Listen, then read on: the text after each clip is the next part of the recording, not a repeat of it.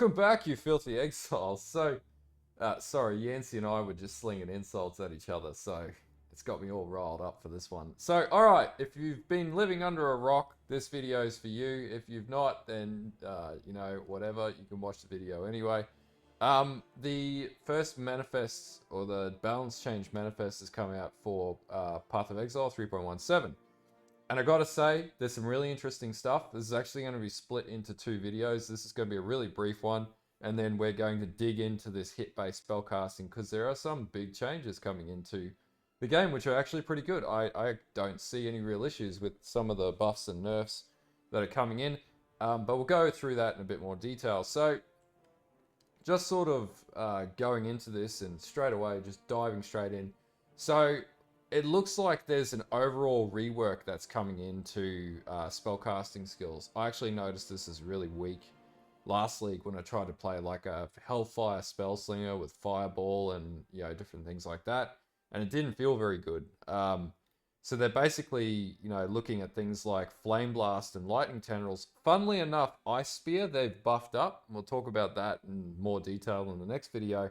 However, also on top of that, they've nerfed Cospre's Malice, which is used for cast on crit. So I think it's going from 0.15 trigger rate to 0.25 trigger rate, as in the trigger time delay between hits. So they've buffed the skill but nerfed the item that enables the skill. So okay, fair game, you give it more damage, you got to take away something. In that case, it's the trigger rate, so you can't trigger it as much. Still going to be crazy OP, but anyway, there is that. So pretty much just looking at this at a really high level, we're looking at like buffs, so adjust the hit damage. So the problem is most hit-based spellcasting guilds deal too little damage. That's true, because we basically end up putting them in traps, totems, mines, whatever. Also, Soul Mantle has been nerfed, and it no longer gives you +1 to totems, but we don't know what the other downsides of that are. Triggered skills and damage over time. Yeah, everyone pretty much abused all of those mechanics. So what they've basically done is they've hit everything with a bit of a nerf hammer. And this also means that, so they've looked at Orb of Storms as more of a mechanical redesign, yet because it just sort of dropped off use as of recent periods. They've buffed Runic Daggers, so now they come with cast speed values. No one really used Runic Daggers, so they'll be trying to find a way to make that an actual functional item, and I don't blame them. They put the effort in designing it, so why shouldn't we use it?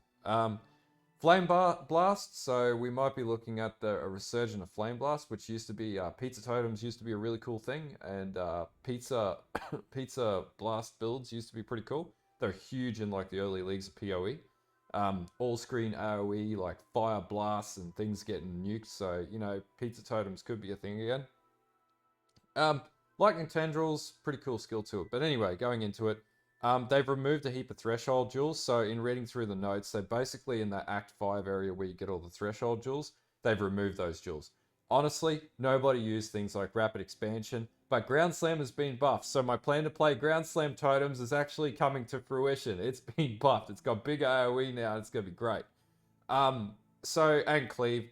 So basically, they're just sort of cleaning up the game a bit and removing some of the redundant content out of the game. Unleash has been nerfed. Not surprising, people were somewhat abusing that. Go away, Adobe. It was too impactful. I don't have any issues with that. Now they're saying lower the damage of totems, traps, mines, and trigger effects to balance off the buff. So yeah, if you increase the damage on the skills, you sort of have to decrease the conduits, that conduit items or skills that release the damage. So should deal the same damage in high levels as a previous started while at face fit. Yeah, so they're scaling the nerfs. So they increase the damage of the skill, but decrease the utility support, which is actually the complete opposite they did like 2 leagues ago, where they were like, oh, we're going to increase the support damage capabilities and decrease the skill damage. So they're basically just walking back the last 3 leagues worth of nerfs and patch notes and things like that, funnily enough. Now, lower the damage of Player Ignite by 28% to particularly offset the damage increase that many Ignite apply skills have received. So that includes Burning Arrow, Armageddon Brand. Yeah, okay, fair enough. So explosive arrow and several other skills have received changes to compensate for lower damage of ignite. Attack skills and a small number of spells are not typically aligned with ignites. We'll have weaker ignites as a result of change. We plan to introduce a mechanic for ignite damage with melee attack skills to give some unconventional ignite a new option.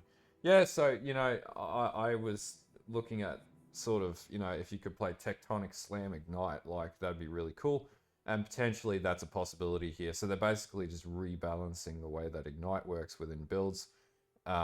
Particularly probably also because of the absolute fucking abuse that was put into bloody what was it, detonate dead ignite builds in the last league. Pretty much every single character in the short events was one of those builds. Ignite, detonate, dead. It was just way too crazily powerful. The second thing here, hit based bow skills. So basically, yeah, bow skills really aren't the predominant skill set used in the game these days. Builds that want to achieve this, and usually they're very expensive as well. So they basically give bows the same local added elemental damage modifiers as two-handed melee weapons, which are much stronger than bow specific modifiers used previously. I can see this being absolutely abused. But improve the damage of bows in general, with some base types getting 50%. So this is basically just for crafting. If we dig into this, this is just crafting quivers and bow related items. If you're a bow player, then this is good for you. This is basically a buff. Added sources of added damage, added cold, lightning and chaos damage. Support gems provided significantly unconventional added damage that outclass many other damage options. So they've lowered the strength of unconditional added damage support gems to compensate this, and raise the strength of local added damage and added damage to spells on weapons. So they're basically just balancing some of the gem, sort of stronger components of gems, and making it more of a crafting scenario. So they're reducing power but giving it back through having better items, basically, is what I can see here. So previously so they're buffing it down and then balancing it back to the modifiers that you can craft onto weapons. So they're really forcing you to craft better gear, basically. Skill interactions with Hydrosphere. Certain skills that have a chaining or shockwave effect can multiply the damage against single targets by also hitting Hydrosphere. These skills should not be balanced around using an off-class or off-theme skill like this. Maintaining the ability to use the interaction would prevent us from improving certain bow skills and hit damage spells without their maximum damage output being too high. Change Hydrosphere to have a 1 second cooldown before it can be hit again. Yeah, a lot of builds are using Hydrosphere and just absolutely smashing it on the top of bosses and inflicting huge amounts of exposure. This maintains the armament mechanic of Hydrosphere to still allow for some skill interactions, but no longer such a significant single type yet, because if it's like infinite, then you can't do anything about that. Triggering marks, this is really interesting. They're adding a new gem to make marks permanent. Instead of you having to constantly hit the mark button, you can just basically click once and then it's on the boss or whatever permanently. But this is going to be linked to a new support skill gem, support gem. What are they calling it? So no longer have a duration tag. Add a new dexterity support, mark on hit, trigger support and mark. Oh! Well, that's like even better. So it's going to be, the marks are going to be permanent regardless, and then it's going to have a trigger gem, so you can basically go mark on hit. This is great. This means you can have like Assassin's Mark or whatever on hit, and have that kitted out with a skill, if I'm reading that correctly. This support adds a cooldown on a small cursor. I don't give a shit about that. That's fine. I got no problems with that whatsoever. But doesn't need to be linked to the triggered attacks. The Deadeye focal point, etc., no longer has marks inflicted. So they've changed the ascendancy for that with the Ranger. Instead it now adds your marks transfer to another enemy when marks die.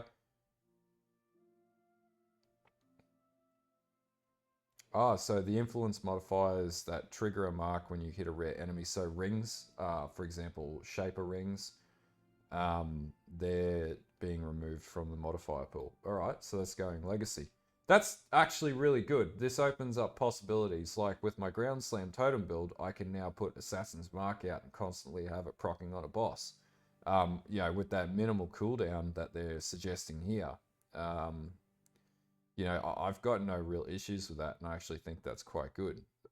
This is a welcome change, and I'm going to take this as a buff. Fortification damage, let's be honest, we don't really care about that. Skill balance, detonate dead.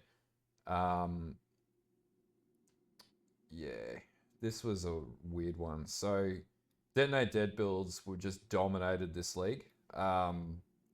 So, significantly more damage by diluting a pool of desecratable monsters with high life specters, i.e., you would go down and get stone skin flayers and just spawn stone skin flayers all day long and have 800% plus life.